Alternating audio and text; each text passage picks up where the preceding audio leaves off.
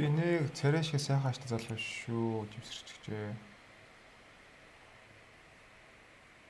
Яа.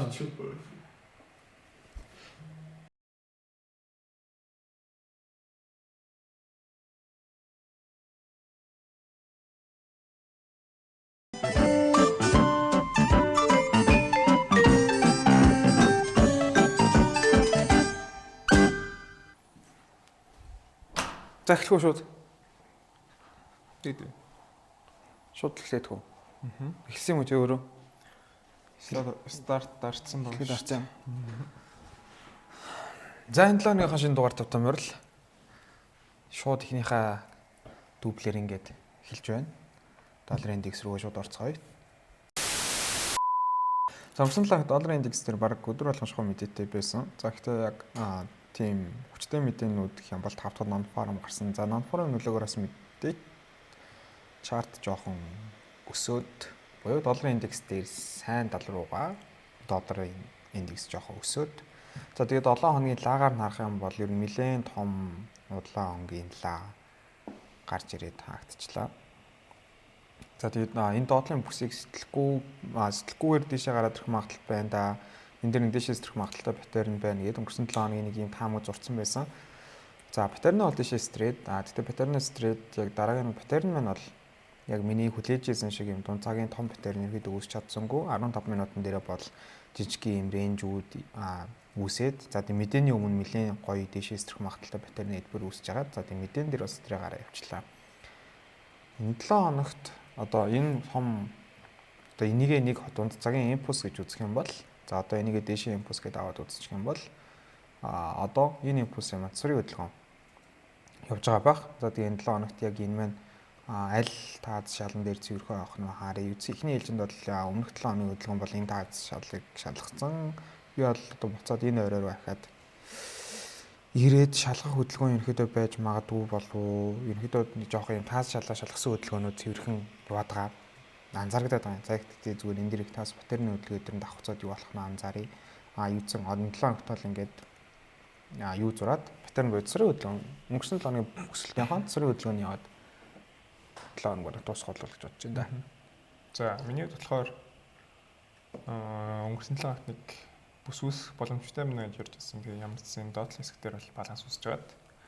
За нэг сэтгэлэнгүүдээ pullback өгөөд юу нь бол гарсан харагдаж байна тий. За дээрэс нь дараагийн хэсэг дээр болохоор энэ ч нэг өмнөх хэсгийн таасны хэсэг дээр бас нэг pullback өгөөд дээшин явсаа бол харагдаж байна. Тэгэхээр том цагийн үед бол яг хуу 4 цаг болоод дээг ярилцсан дээр бол нэлээд дэжгүй зурглал үүсээ явж байна. Тэгэхээр энэчээс гарсан одоо хөдөлгөөнүүд маань дээшээ гарч ирээд ер нь энэ бүсчтэл за чинийхтэй ер нь бол төстэй коррекш хөдөлгөөн бол үүсэх боломжтой. Бүс болоод area байгаа учраас энэ хэсэг дээр нэлээд харъя гэсэн бодлоо. Яг тэгэхээр нэг талаараа бас энэ 7 хоногийн мэдээнүүд нэг тийм өмнөх 7 хоногт харьцуулбал тийм хурц мэдээлэлүүд бол арай гарч ирэх нь бол яг хоо Холмс гэж хэлэхэд бас нэг талаараа өөрөөсөө ч гэсэн бас өмнөх 7 хоногт харьцуулбал арай гайгүй байх. Гэхдээ энэ 7 хоногт бас CPI мэдээ бол байгаа. Тэгэхээр энэ хөдөлгөөн маань хэр удаан энэ ч бас зуралдах вэ? Дээшээ гарч ирэх үү, доошоо гарч ирэх үү гэдгээс хамаарат альчанд бол харахаар байна. За нөгөө талаараа долларын индекс дээр өөрөө энэ 7 хоногийн мэдээнээс хамаарат за нэг томоо хөдөлгөөн бол орж ирэх одоо Монголд магадaltaй учраас энэ өөрөө удаан бас энэ чинь бас засрын хөдөлгөөн хийх үг гэдэг дээр бас нэг талаараа бас эргэлзээ үүсэх боломжтой байгаа учраас ямар ч харах бол боломжтой бүсүүд бол байна гэж хараад байна. За нөгөө талаараа энэ хөдөлгөөн маань өөр нь том цагийн дийл чарт болоод том цагийн чартн дээр харахаар бол нэг том цагийн бүс рүү бол буцаа ороод ирсэн байгаа учраас энэ хөдөлгөөн маань хэр хол явж чадах гэдэг бол мэдээний хөдөлгөөс болоод бас шийдэгдэх байх. Тэгэхээр энэ 7 хоногийн мэдээг бол харах одоо өнцөглөл үүсчихэд байна. Тэгэхээр долларын индексийг илүү мэдээний дараах хөдөлгөөн дээр илүү харах юм болов уу гэдэг бол өнцөг бол байна. CPI мэдээ яг энэ 7 хоногийн 4 дэх орой 8:30-аас бол байгаа. За нэг талаараа бас CPI буурах хандлагатай тийм таамаглал өгсөн байгаа учраас юу ч гэсэн тэрний мэдээллээс хамаарат долларын индекс мөн нэлээд явах. Тэгэхээр бас 4 дахь хүртэл бол нэлээд зай байгаа учраас энэ 7 хоногт яг дээд ээлжинүүдээр бол нэг аль хэдийн хөдөлгөөнд бол хийх боломжтой бас юу байгаа гэж хараад байна. Тэгэхээр долларын индекс дээр мэдээний дараах хөдөлгөөн дээр бол арилж их төлөвлөгөө бол байна. За нөгөө талаар яг долларын индекс буцаад том цагийн бүстэй ороод ирсэн учраас за энэ хоёрын хооронд нэлээд бас явах болов уу гэдэг хүлээлт бол байна. За тэгээд нэг талаараа энэ маань өөр том цагийн бас магадгүй битээр нь болоод явах гэж бас үүсэхгүй те. Тэгэхээр харъя да. Тийм л энэ. Окей. За Nasdaq дээр За Nasdaq-ийн хөдөлгөөн маань өнгөрсөн оны ярьжсэн чартныхаа бүсчлэлтэд зурлал шал таац хийгээл яваал байна л да. Тэгэхээр энэ өөрөө нэлийн chopper area байгаа учраас за энэ хөдөлгөөний магадгүй ер нь бол нэг бол бүсчлийн одоо юу гэдэг зураглалыг солих эсвэл арай өөр талаас нь бүс татах ч юм уу тийм үнцгэл гарч ирээд байна. Тэгэхээр нэг талаараа бол би бүсийн хөдөлгөөнийг доошоо илүү ингэж татаж авч ирэх сонирхолтой бол байна. За нөгөө талаараа онцгийн чартнууд дээр харахад бол энэ өөрөө таац шал солигдож байгаа хөдөлгөөн бол байж болох юм байна гэдэг бол үнцэг гарч ичээд байгаа учраас энэ талын хөдөлгөөнийг за дээд хөдөлгөөн нь бол өнөөдрийн байдлаар магадгүй энэ өөрөө энэ хэсгийн бүсчлэл рүү нэг ирэх болов уу гэдэг бол хөдөлгөөн бол хүлээж байгаа. За тэгээд дээрэс нь инчээс авсан импульс хөдөлгөөн correction. За энэ нөгөө тренд маань энэ богино цагийн тренд маань өөрчлөгдөд энэ ч гарч ирээд энэ ч бас нэг бүсчлэл үүсгээд явах болов уу гэдэг бол хүлээлт бол энэ лоны хөдөлгөөн дээр бол байна. Бас адилхан нэг мэдээнийхээ нөлөөнөөс хамаарат өөрчлөгдөх боломжтой. Тийм бол байна. За дийн арилжааны чартн дээр бол ер нь бол дийн зурган дээр болохоор өөрөө энэ маань дахиад нэг дутуу байгаа болов уу гэдэг бол хүлээлт бол байна л да. Энэ хэсгийн бүсчлэлөө нэг хүлээх сонирхолтой байгаа учраас энийг бол харамаар байна. За нөгөө талаар яг энэ хөдөлгөөн маань доош нь ороод ирэх ч юм уу юм хөдөлгөөн дээр л дахиж нөгөө талын бүсчлэл үүсгэх эсвэл энэ өөрөө энэ хэсэг дээр нэг сайтын хөдөлгөөн үүсгэж байгаа нэг талын трендийг илүү гарах болов уу гэдэг бол үнцэг гарч ичээд байгаа. Тэгэхээр тийм огцон хөдөлгөөн бол мэдээний нөлөөнөөс гарч болж үүсэх эсвэл үгүй юу гэдэг бол одоогийн байдлаар сайн хэлж мэдэхгүй учраас энэ талын хувьд болохоор дээржин дээр богино цагийн дээр бол баланс үүсэх боломжтой. За мэдээний дараа бол нэг тал руу илүү гарах болов уу гэдэг бол хүлээлт бол байна. Эсвэл энэ ч өөрөө шууд гараад яваад ч юм уу нэг импульсийн хөдөлгөөний үүсгэж явах юм бол үсэхгүй те. Тэгэхээр мэдээний нөлөөнөөс нэлээд хармаар гэж хараад хэлэх гээд байна. Өнөөдөр бол энэ хөдөлгөөн бол энэ таац шатны хөдөлгөөнөөс илүү хараад энэ хөдөлгөөнийг харах. Миний хувьд бол өнцөг үүсчихэд хэлж байж байна.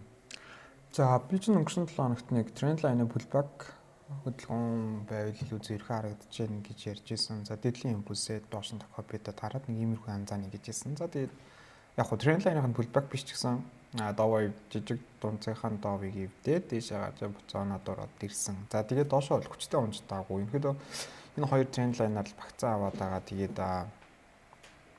энэ тренд лайн руугаа бол ямар ч юм хавьдж байгаа төрлийн үзэгдэл байгаагүй. За өнөөдрийнхөөр болоод тэгээд өнгөрсөн 7 хоногоос хойш юу болчих усан чинь нэг дээшээ стрэх магадaltaй битээр нь үүсчихсэн. За тэгээд энэ ялч 2-2хан доожтой байсан. За тэгээд стрихийгөө өмнө болохоор sideways үүсчихснээс трейд өнөөдөр pullback гэж амж харагдаж шүү дээ. За тэгээд энэ pullback дээрээс бас тулгуурлаад арилжаа хийчих гэхээр бас одоо дээшээ арилжаанд орохоор импульс буюу дээшээ явах хүч нь өөр аль вэ гэдэг асуудал бол гарч чадсан гэсэн үг. За энэ рейнжен дээр стэрсэн гаж ус хөдөлгөөн гэж харах юм бол энэ дээшээ яваад тэр өмнөх оройгоо чи ивдэхгүй юу зэн шинэ дахиад хай хийж чадахгүйгээр хүч нь ханах гад байна л да. За бүр энэ өмнөх импульсуудыг копидий гэхээр эдгээр бол копидий гэхээр энэ дээрээс бол хүч нь арай өөр буюу энэ бол байх магадлалыг баг харагдаад тэр баг буюу одоо магадлал нь арай багдаад байна л да. Тэгэхээр за энэ дээрээс юусэн pullback яваад дээш энэ хөдөлгөөнд дахиж чадах нь үгүй юу гэдгийг анзаарж байна. За ерөнхийдөө одоо sideways яваад байгаа учраас дахиад ийм тренд руу буюу доошо задрах магадлалтай паттерн руу гүйцэчих үедээ гэж бол анзаарч байна. За гэтээ үгүй дахиад адилхан хоёрхан зураг эхний саяхан зурж байгаа хоёр дооч. За энэ бол бүр доотлолтой хоёр дахь яроол нь ирээчгүй дөнгөж ийм хөдөлгөөн шалгаж байгаа учраас ингээд явах нь үгүй юу гэдгийг бол анзаарж байна. Тэгээд үгүй энэ дээрээс бол тийш хүчтэй импульс бол байхгүй болов уу гэж анзаараад байна. За тэгээд sideways дотроо л байх магадлалтай. За үгүй гэхдээ энэ 7 оны жижиг арилжаа нь бол тийш арилжаа нь ороод үцхэд буруутахгүй pullback хийгээд явж юм да гэж анзаарч байна. За алтан дээр харьцангуй Ойрын хэдэн 7 хоног тохиолдоогүй 57 хоног бараг л байна уу да гэж анзаарч байна. 8 сар 9 сарын хооронд л эжилсэн шүү дээ. Тэгээд 7 хоног болгоно л түүхэндээ таншаа хийгээд яваадсан. За харин өнөөдөр бол өнгөрсөн 7 хоногоос нэг амар үн холдож өөрчлөгдөөгүй байраа харагдаад байна л да. За миний өмнө бичлэгэн дээр харуулж ирсэн Сирений медиан лайн цэвэрхэн бариад байна гэсэн тэр медиан лайн дээр ирээд бол рейнжлээл зураалын. За тэгээ дахиад цагийн жижигсгээд харах юм бол ерөнхийдөө үүнээ sideways trend руугаа орсон. За тэгээд энэ sideways trend-эн дээрс үүсэж байгаа хардлагууд гэх юм бол нэг бол үнийн цэцэрийн хөдөлгөөн болж шүү дээ. Одоо тэгээд дахиад дэшээ үргэлжлүүлэх хөдөлгөөн буюу дахиад дэшээ тренд үе явж болно. За эсвэл энэ дээр харин зөрүүлээд энэ олон дээр доороос байтцсан байсан захиалгууд энэ дээр сейл захиалга арай гайгүй боломжтой үнийн дүн дээр те үн өндөр байгаа дээр сейл захиалга шингээгээд маркетаар өгч юм бол магадгүй үнэ унгаачих гэдэг юм магадгүй учраас энэ дотор ингээд баг багаар нь хэл одоо юу гэх байтсан ашгуудаа энэ дээр ингээд биелүүлээд гараад иж магадгүй юм. За тийм ч учраас ерөн тренд ирэхэд sideways тренд жоох үүсэт идэг. Анзаарагдаад идэг. Тэгэхээр энэ дээр бол одоо нөгөө импульс дээр арилжаа хийх гэж байдаг хүмүүст бол жоохон арилжааны бүтэц бага л байх шиг анзаарагдаад байна. За тэгээ батарейн зураад харъя гэхээр ерөнхийдөө бас л нэг 2 тоож хараад байгаа учраас магадлал жоохон бага. Тэгээ хоёрхан хүрэлттэй батарейн харж ирсэнээс энэ дээр чинь бол support resistance нь бол зөндөө хүрэлттэй зэрхэн байгаад шүү дээ. Тэгэхээр support resistance-аа хараад ерөнхийдөө daily ч юм уу энэ дотор нь байгаа арилжаануудаа хийгээд байвал илүү боломжтой байх. Тэгээд би бол баг доошоос тэрх нь Сиренийхад медиан лайнтай зураад байгаа учраас энэ доод 50% руугаа орж ирээд нэг ингексигээд явах нь жоохон магадлал өндөр болов. За тэгээд долларын индекс гэсэн жоохон тийш өсөлттэй байх гэж харж байгаа учраас алтаа жоохон төсрөө хөдөлгөөнийг явуулах юм болов гэж анзаарч байна да. За алтны хөдөлгөөнд болохоор энэ яг нэг жоохон logical гэх юм эсвэл зүгээр нэг өөр талаас нэг харж үзвэл хитийн засалтай холбож үзэх сонирхол бол миний хувьд байна. Сүүлийн хэдэн хоног л одоо хүмүүс л ер нь шуурж байгаа хальтаа мэдээ санхүүгийн зах зээл сонирхдаг хүмүүс бол за Америк нэгдсэн улс болоод хитийн мэдээнүүд гэсэн байгаа. Хитийн мэдээнүүд төр ерөөхдөө нөгөө хиттийн хувьцааны төлөө өөрөө төрийн бодлого болоод сүүлийн энэ хятад улс доторх нөгөө хөл хөлөх хөрөнгийн хямралтай холбоотойгоор хувьцааны зах зээл нь бол нэлээд бүүн болж хожиж байгаа тийм сэдв бол байгаад байна. Тэгэхээр хятадууд өөрсдөө ер нь бол илүү нэг талаараа бас голд алтны арилжаанууд дээр илүү түлхүү оролцдог бас хүмүүсийн хувьд бол ер нь бол энэ алтыг бас нэлээд түлхүү бас авч үзэх сонирхол байна. Дээрээс нь Gen Z үеийн энэ илүү бас алтны үе одоо алтыг худалдан авах битэр болоо бид бусаараа худалдан авах тийм сонирхолтой үе байдаг учраас бас энэ алтны өсөлтийг илүү одоо юу гэдгийг алтны худалдаа бол бас нэмэгдэх болов гэдэг бол хүлээлт бол байна гэсэн. Тэгэхээр энэ хоёрын хооронд нь одоо техник шинжилгээ болоод сөрөг шинжилгээ хоёрын хооронд нь ослол үзэгт бол би алтыг дахиад нэг дээш явах болов гэдэг бол онцг гарч ирээд байгаа. Тэгэхээр энэ өөрөө доороос авч байгаа импульсийн хөдөлгөөний нэлийн засрын хөдөлгөөн болж ирээд энийг импульс гэж үзээд энэ хэсгийг засрын хөдөлгөөн гэж үзээд энэ хөдөлгөөн маань илүү үргэлжлэх дахиад нэг хай хийх болов гэдэг бол өнцөг гарч иж байгаа. За нэг талаараа ч гэсэн тийм байгаа. Нөгөө талаараа зураглалын үеч гэсэн өөрөө нэлээд сэн шалгын хөдөлгөөн дээрээс арилжааны одоо юу гэдэг өнцгөө өгөөд яваад байгаа учраас энэ хөдөлгөөнийг бас дахиад дээшээ харах тийм одоогийн байдлаар сонирхол байна. Тэгэхээр нэгдлийн хөдөлгөөн дээр сайн нөгөө Nasdaq хөдөлгөөн дээр ч гэсэн ярьсан алтны долларын индекс дээр ч гэсэн ярьсан энэ өөрөө бүсчлэлийн хөдөлгөөнүүд бол нэлээд хийгдэт байгаа. Тэгэхээр энэ ч сарах юм бол энэ ч нэг юу гэдэг нэг таасны хөдөлгөөн дээрээс илүү pullback өгөөд өөрөө бол алт маань явсан. За энэ дээрээс дахиад нэг ирэх бохны эсрүүцэл аваад энэ ч сод ирж байгаа хөдөлгөөн бол байна. Тэгэхээр дахиад нэг хөдөлгөөн эсрүүцэл авч чадах юм бол энэ дээр л арилжаа их сонирхол байна. За нөгөө талаар яг эрсдэл нь юу байгаа вэ гэхээр энэ маань өөрөө энэ ч батарейны хэлбэр бас үүсгэж болох уу гэдэг бол үнцэг байгаа.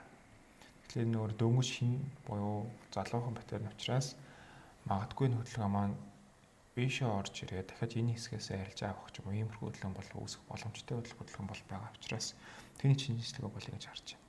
За эхний хэлж нь бол энэ хэсгийн таасны хөдөлгөөнөөс нэг арилжааны өнцөг бол үүсч болно. За нөгөө талаар энэ доотлын шалгын хөдөлгөөнөөс бас үүсэх боломжтой хөдөлгөөн бол байгаа учраас алтны хөдөлгөөн төр одоогийн байдлаар л илүү түлхүү баян хөдөлгөөн бас сонирхож байгаа. Тэгэхээр ойрын хугацаанд бол миний бодлоор миний хувьд болохоор юу гэж хараад байна гэхээр энэ таасны хөдөлгөөнөөр илүү ирэх болов гэдэг бол үнцэг үсчихэд байгаа. Нэг талаараа яг хуу техник шинжилгээнд тэгж харах одоогийн байдлаар хөдөлгөөн бол байгаа бол за нөгөө талаараа дөрвтийн нөгөө CPI мэдээс хамаарат энэ өөрөө хөдөлгөөнүүд бас өөрчлөх боломжтой. Энэ маань өөрөө шууд дэшээ гарч ирж болно. Эсвэл энэ өөрөө structure break хийгдээд ерөөдөө бүтцээ өөрөө задлаад өөр хөдөлгөөн бол үүсэх боломжтой. За volume profile-тэй харьцуулбал бол энэ өөрөө энэ доотлын хэсгээр бас нэлээд дэжгүй. Volume өөрөө байгаа учраас нэг талаараа энэ маань өөрөө урт цаг дээр том цаг дээр энэ том хөдөлгөөн болох боломжтой тийм бол өнцөг үүсдэг. Тэгэхээр иймэрхүү хөдөлгөөнүүд байгаа учраас олон талын магадлал дээр ямар ч сан өөрсдийн гэсэн баталгаагаа аваад харилцаж явах сонирхол бол байна. За одоогийн үед бол яг хуу нэг хэд хэдэн өнцгүүдээс хамаарат энэ нисхийн бүсүүдийг бол шалгах сонирхол миний хувьд байгаа. Тэгэхээр нэгдүгээр бүсүүдээс тодорхойлцсон байгаа. Хоёрдугаарт суурь шинжилгээний ойлголттой бол мэдээд авсан байна. За гуравдугаарт болохоор энэ лааны мэдээ мэдж учраас энэ хэдийн ямар ч сан хооронд нь харьцуулж чад харилцааны хот төлөх бол энэ лаанхад илүү түлхүү их сонирхол бол байна. CPI мэдээ гарч ирээд дараагийн мөнгөний бодлогын хуу гарч ирнэ. Тэгэхээр энэ хоёрын хоорондын импульсив хөдөлгөөн бол байх боломжтой учраас ямар ч сан иймэрхүү там гаргаж байна да алтны хөдөлгөөн дээр. За өнгөрсөн 7 хоногт нөгөө арилжаанд орж магадгүй гэж сослох хавтуудыг хийж гэж бодоод байна л да. Тэр төлөвлөгөө маань юусоо бүрдээгүй. Стап нь бүлэгжсэн. Стап нь бол болцсон. Гэхдээ нөгөө яг ингэчүүл орё доо гэд харж ирсэн нөхцөл маань бүрдсэнгүү л дээ. За юу гэсэн бэ гэхээр дэшээс зэрэгч явах магадaltaй паттерн стрейт pullback-ийг явж ирсэн. За гол ойлголт буюу яг довыг нэвдүүлээл pullback-ын дээр нь орчих гэсэн чинь өмнөх оройгоо эвдэж чадаагүй. За өмнөх оройгоо эвдэж чадаагүй. За тэгээ ер нь зүгээр яг хуу дахиад дэшээс зэрэг магадaltaй паттерн дээр үүсч явуулгаа харж ирсэн. За тэгээд ерөнхийдөө шууд доошоо шулуун унаад ороод ирлээ. За тэгээд энэ ослол дээр бол паунд австрали доллар дээр яг хуу нэг buy entry ахаа сонирхож үзье. Гэхдээ энийг бол дахиад жоохон нэлээд хүлээж байгаа. За buy entry-гээс сонирхож байгаа шалтгаан нь юу гэхээр нөгөө өмнөх талаар тайлбарлаж байсан яг тренд лайн дээр ингээ ирж байна. Тэгээд энэ хавцаа ерөөдөө дахиад ирэх байхаа. Тэгэхээр дахиад нэг buy арилж орж үзье. Хэдий доошоо стрэх магадaltaй паттерн ч гэсэн энэ ч өөрөө дээлийн паттерн байгаад байгаа учраас эхний ээлжийн тренд лайн гэдгээр нь ашиглаад үн ерөнхийдөө ирээд энэ шулуун дээр байгаа юм чинь дахиад ирээд байх боломжтой гэсэн магадлалаа нэг аваад тэгээд сэтэрцээ хонь нь бол свингийн таамаг бол бүр дараа нь одоо юу гэнэс чи доошоо стрэ явж нэхэр амар хол явж учраас нэлээд удаан хугацааны pullback хүлээж ээж шорт арилжааны таамагт орох боломжтой. Тэгэхээр одоо бол дахиад паунд австрали доллар драфтэд ихэд бол buy арилжааны стоп бол хүлээж байгаа шүү. Яг өнгөрсөн 7 хоногт ярьжсэн buy арилжаа бол оройн дэше хайраа хийж тааг учраас ямар нэг арилжааны оролт хийж чадаагүй байна. За миний болохоор би биткойн дахиад асуултыг сонирхолтой бол байна. За биткойн дээр болохоор ерөөхдөө өнгөрсөн оны нэг 2 зураглал гарч ирсэн шүү дээ. За нэг төлзөр remove хийх. За энэ дээр болохоор ийм зураглал бол бас биткойн дээр байгаа тийм. Ийм зураглал арилжаа хийх одоо юу гэдэг өнцгтэр бол байгаа. Тэгээ энэ чээс юу гэдэг энэ чээс ийм зураглал дээр арилжаа хийх юм бол ямар сэл хөдлөн бол харагдаж байна гэжсэн бол тэр зурагт нь илүү ажилласан бол харагдаж байна те. За тэгтээ энийг би буцаад хуучин зургаар аваачих юм бол энэ өөрөө энэ чинь нэг SP line би бол үүсгэж байгаа. Тэгэхээр энэ SP line-аас бол сая контакт аваад татж байгаа бол харагдаж байна. За одоогийн байдлаар биткойн дээр шууд buy арилж хийхэд бол нэгдүгээр рисктэй. За хоёрдугаарт ерөнхийдөө бол илүү баталгааны оролтууд хийх сонирхол бол байна. За өнгөрсөн хоногт болохоор энэ арилжаа энийг break хийгээд энэчээс buy хийя гэсэн тийм үнцөг байсан шүү дээ. Тэгэхээр 15 минутын чартны хоёул хэдүүлээ харахад бол ерөнхийдөө за энэ арилжаа бол ерөнхийдөө эхний ээлжинд бол явсан. Энэчээс контакт аваад явсахын үед бол явсан. Гэхдээ энэ дээр нэг таасын хөдөлгөөн байсан.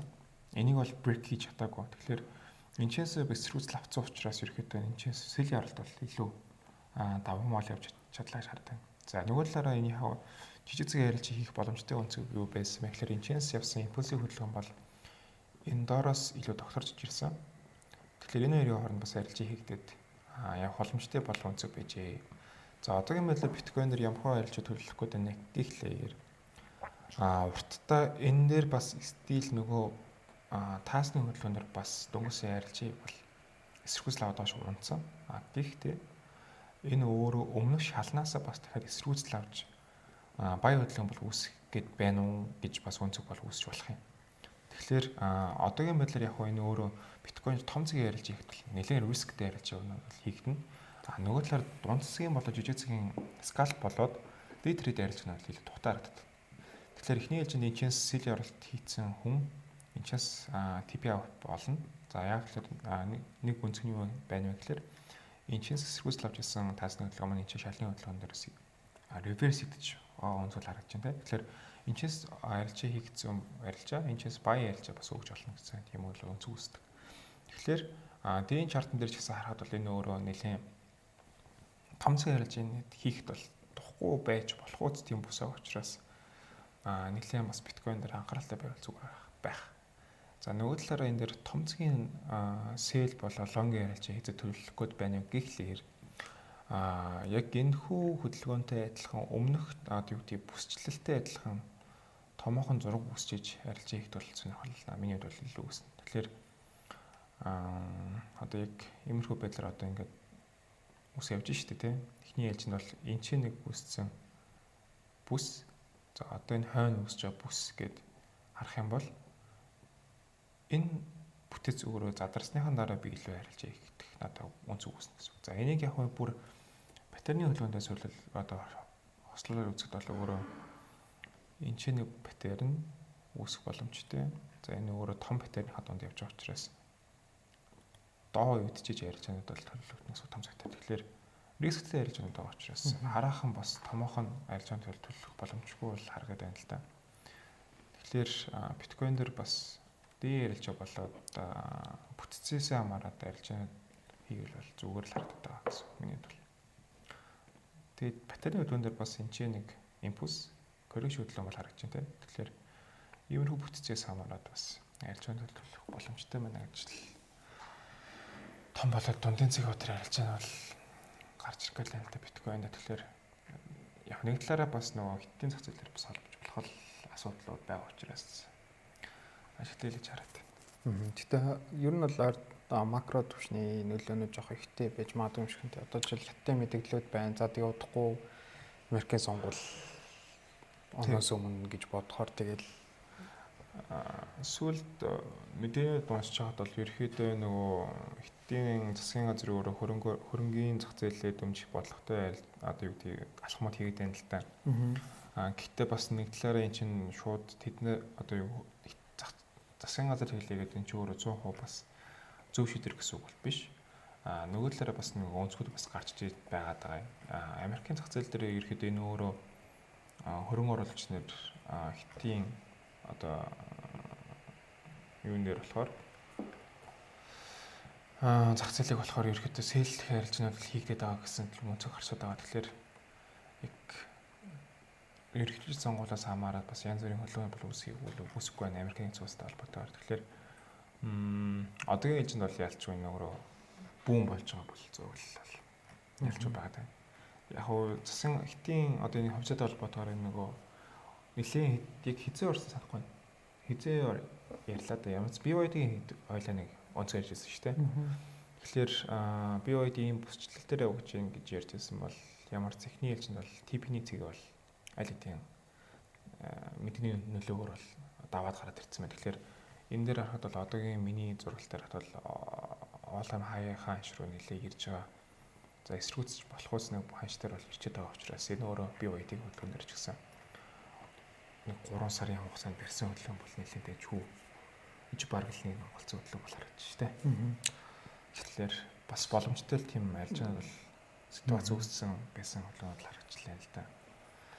Нэг хятадын зах зээлийн медиа бол ер нь нэлээд том хөдөлгөөнүүд гэж хэлж болохоор л байна да. За жишээлбэл энэ дээрээс зүгээр доороос нь бол 9 сарын 20-наас гэж бодоход л 11 өдрийн кандл 41% өсөлт гэдэг чинь амар өндөр үзүүлэлт биш. Тэгээ өдөрт ингээд зогсолтгүйгээр 4%-аар ингээд 11 өдөр дараалал өссөн гэдэг ч юм уу те. Тэгээд одоо жишээл ийм өсөлтийг хизээ өмнө байсан бэ гэд яг тасралтгүй юм өсөлтгийн гот өмнөх чартн дээр нэлээд ховор. Тэгээд одоо жишээлбэл ингэж одоо хөдөлгөөний адилхан тоолоод ингээд унсан хөдөлгөөн гэх юм бол нэлээд олон сарын энэ жил ийм том хөдөлгөөн нуунж унжсэн аа. Шууд ийм хүчтэй хөдөлгөөн гараад тэгэхээр бас сонирхох боломжтой л цаг үеийн юм шиг байна. Тэгээд дээрээс нь хувьцаа юу гэх юм барьж исэн хүмүүст бол бас нэг магнайт хийсэн үйл явдал юм шиг байна да. Тийм. Миний бодлоор одоо ч амар рисктэй л арилжаа хийх гэдэг юм. Тэгэхээр би одоогийн байдлаар бол энэ хитийн засаглалын одоо хувьцааны төрөл арилжааг сонирхол одоо бол байхгүй гэсэн. Яг л ийм амар том өндөр өсөлт үзүүлэлт маань өөрөө магадлалын үед бол гинт бас доош орж ирэх боломжтой юм байдаг тийм. Тэгэхээр энэ өөр хизээ хагарах баабл биш үү гэдэг бол бид нар мэдгүй байгаа учраас энэ дэр бол нэлээд эрсдэлтэй ярилцах бол байгаа. За нөгөө талаар энэ өөрөө хиттийн зах зээл дээр ягаад иймэрхүү бүүм үүссэн гэхээр хиттийн арт иргэд яг хөө зур унсын мэдээлэл төр харахад болохоор ихэнх хүмүүс нь хөрөнгө оруулалт үйл хөдлөх хөрөнгө оруулалт хийдэг юм гэж бол унсан.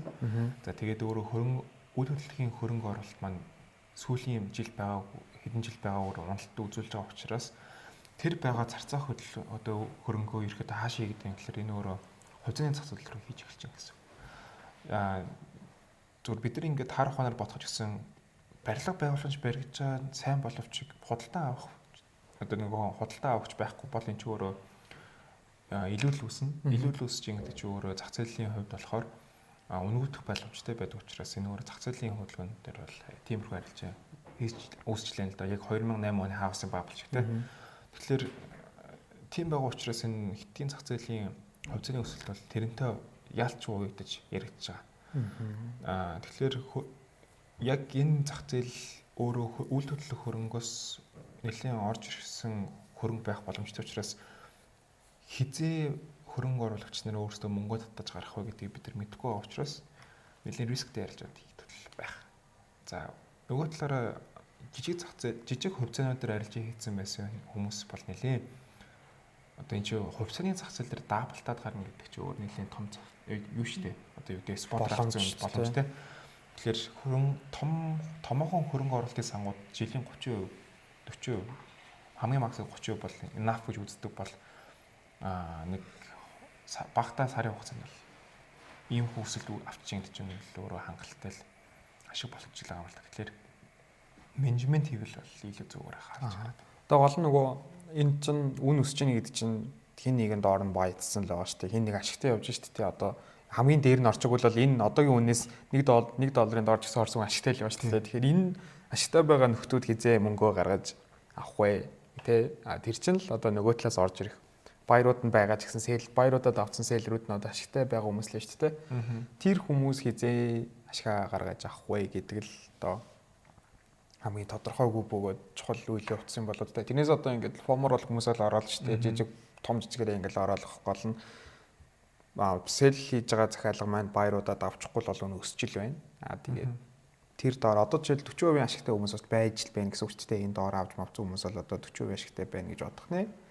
Тэр хүмүүс хизээ мөнгөө гаргаж авах вэ гэдэг л хамгийн сонирхолтой л зүйл үлдэж байгаа юм байна л да. Тэгээд энийг яг зүгээр ингээд сонирхолтой болгож үзэхэд биткойныг жишээлбэл би шууд унна гэдэг дээр бол айцтай байгаа байхгүй. Зүгээр ингээд бодоход болохоор хиттийн зах зээл дээр үйл хөдлөхөөс орж ирсэн мөнгө хувьцааны зах зээл рүү орсон. Тэгэхээр хувьцааны зах зээл дээр уналт орж ирэхэд болохоор хүмүүс мөнгөө гаргаж авна.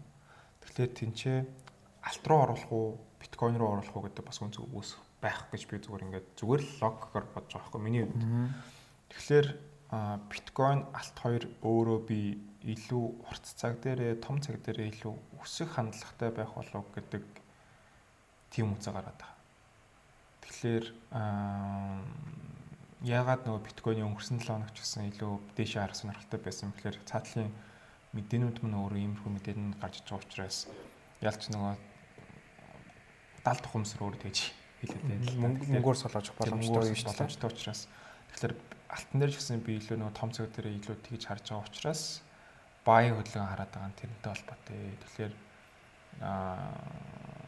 хөрөнгөний менежментээр илүү барьж авах сонирхолтой бол байгаа даа. Эсвэл риск менежмент хийгээд тэгэхээр юу ч гэсэн эхний ээлжинд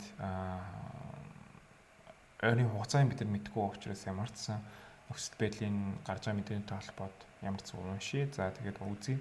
За дээрэс нь маркетинг хавгч байгаа бүтцэн ч гэсэн харъя. Тэгэхээр энэ дээрээс ярьж байгаа төлөвлөгөөнүүд бол хийхэд бол ойрын хугацаанд нэлээд томоохон хөлөөн бол орж ирэх магадaltaй л харагдаад. Тэгэхээр бас маркет сонирхолтой болж эхэлж байна да. За дээрэс нь 11 сард Америкийн нэгдсэн улсын ерөнхийлөгчийн сонгуул болно.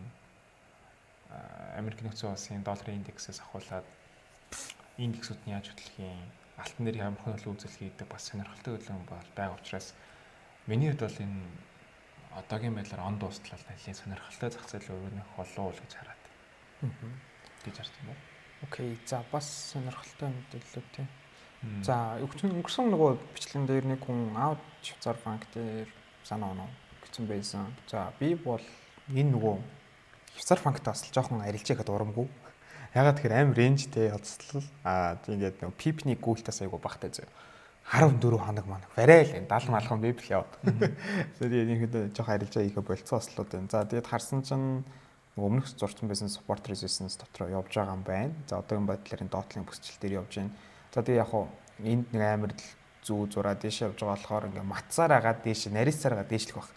Тэгээд юу за ойрын хэдэн сардаа бол энэ ондоо багтаа ч юм уу нэг ийм хөдөлгөөн явах бах. Тэгээд энэ голын бүсчлийг бол нэлээд цэвэрхэн авж агаад болцсон. Тэгэхээр дээш доошоо стрэлтүүд бол байх бах. Гэхдээ одоо энэ дээш явсан импульс сенсорын хөдөлгөөн энэ хавцаа унаад за тэгээд дахиад дээшээ баг хэмжээний дээшээ хөдөлгөөн орж ирэх байх гэж өөрийнхөө тамгийг хэлчихье да.